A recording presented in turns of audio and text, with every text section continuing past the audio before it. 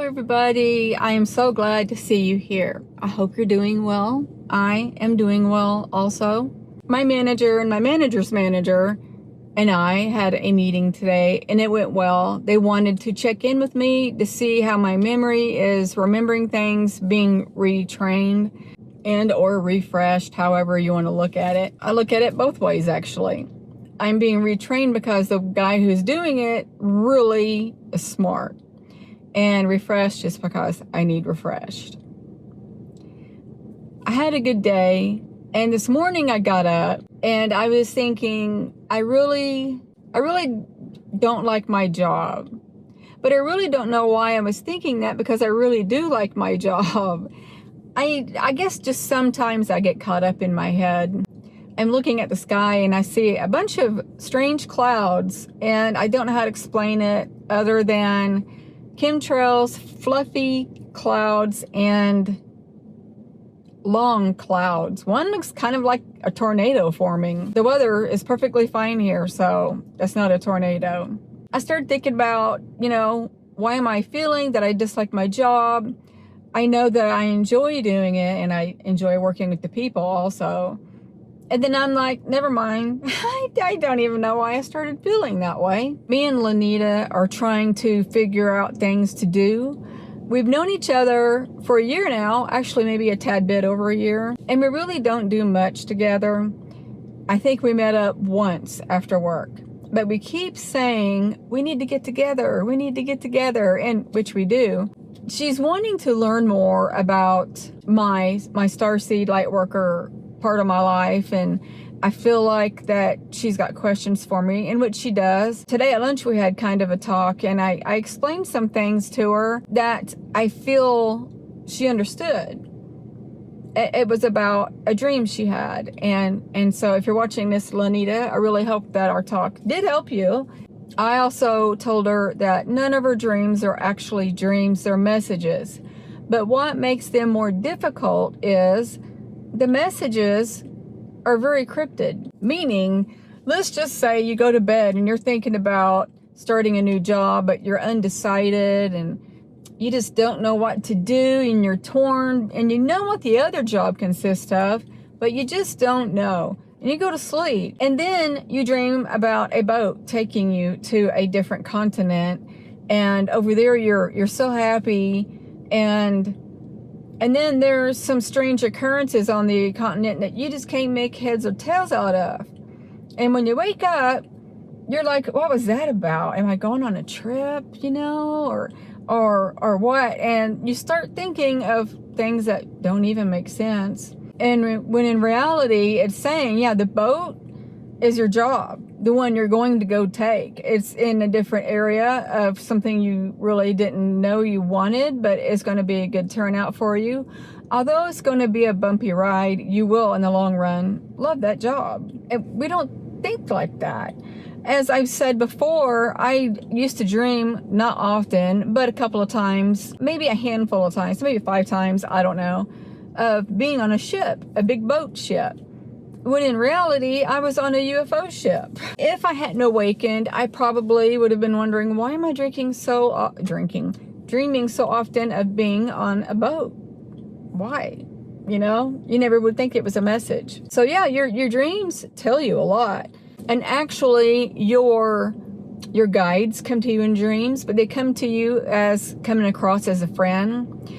That way you'll think, oh, that was my friend, and that was so sweet. And then you're like, yeah, I should do that, because you feel your friend just kind of gave you a message. I had a dream. I'll give you an example. I had a dream once, and I can't remember when I had it. I don't remember if it was before I had my children or after. But I did have this dream, and this woman who presented herself as my sister approaches me. And I had this feeling that that's not my sister. And she was, I don't remember if she just came out and said, hey, it's me, Lisa, your sister, or if it was something else. But I had the feeling, I guess, that she was my sister. And she brought my stepdad to me. He had crossed over. So it had to have been after I had at least 2 of my kids, maybe. But she brings him to me and says, do you think it's time to forgive him yet? It's very important for both of you that you forgive him. He needs to move on and you need to move on.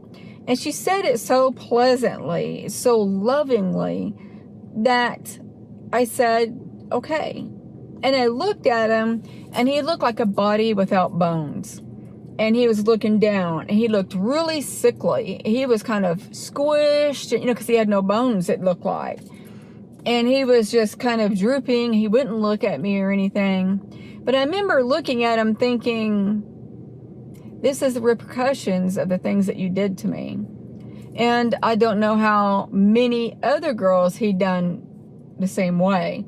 I do know for a fact 1. Because when my mom left him, he went to another woman that had a daughter, and he did things to her that he did with me. But that mom stepped up and said, I'm putting your butt in prison. He was under so much stress, and he already went to court, or his court date was getting very close. And he was under so much stress that he had a heart attack. His heart exploded. Yes, that's kind of like a karma in a way, depending on how you look at it. Having a heart attack hurts. Having your heart explode is probably excruciating, but you probably die quick. In which, I don't want to be vengeful and say he should have suffered, But karma is, he's got to be forgiven too, or he cannot progress. And you have to forgive for yourself.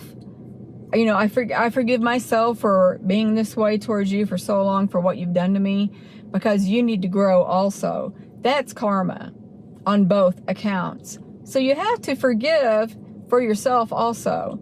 But you can't just oh, I forgive you. You have to forgive yourself for everything that created your self-trauma. Sorry, I had a hard time getting that out. For instance, it created trauma for me because I thought about it all the time.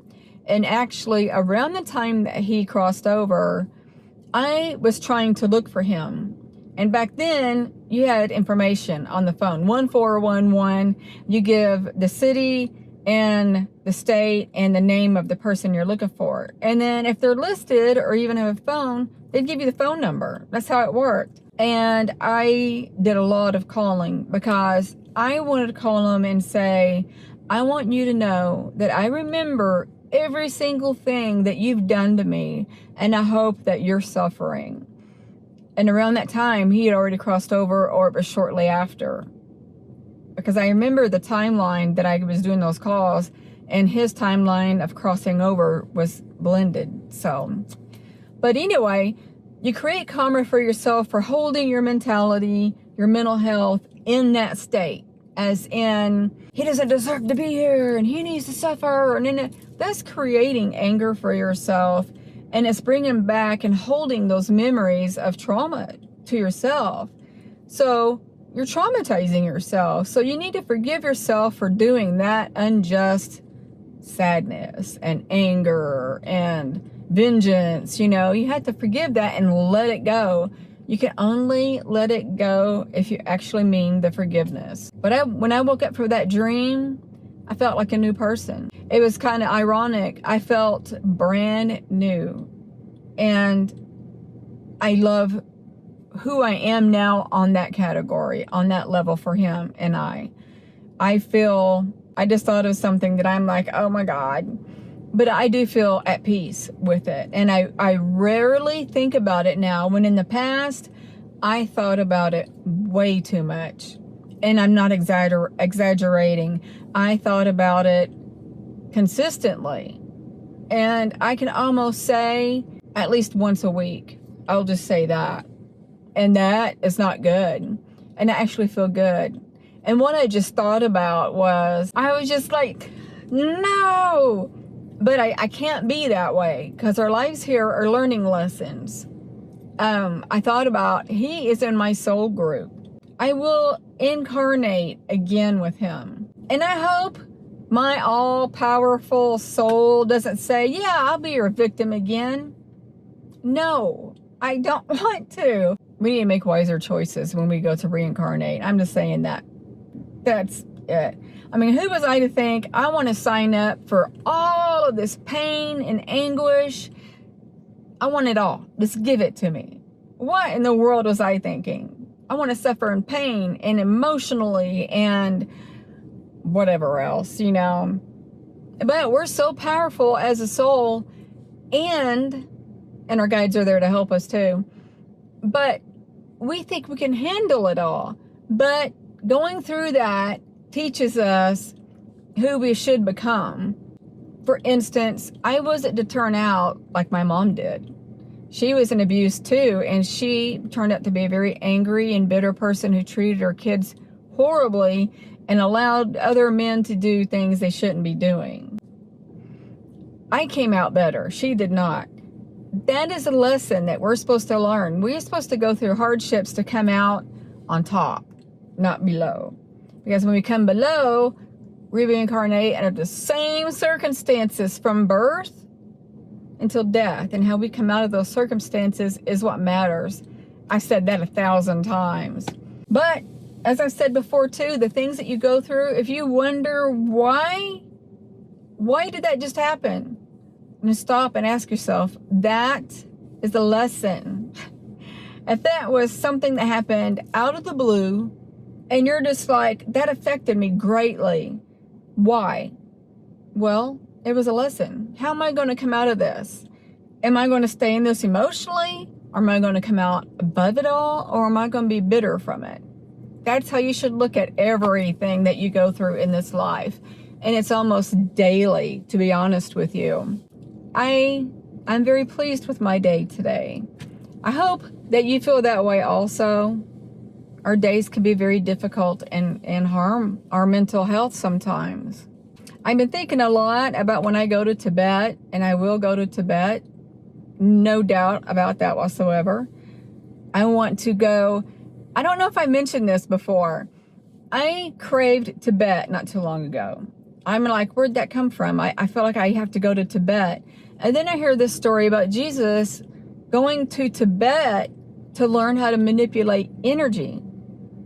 And I'm like, oh, maybe that's what I'm supposed to be doing.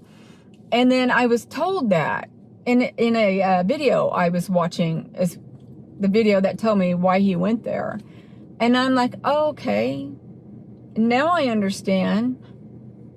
So I'm going to Tibet to manipulate energy.